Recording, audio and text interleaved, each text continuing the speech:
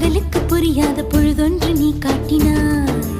இதயத்தில் நீ இருப்பதனால் நான் தூங்கும் நேரத்தில் என்னுள்ளே தூங்காமல் நெஞ்சுக்குள் வாயாடினாய்.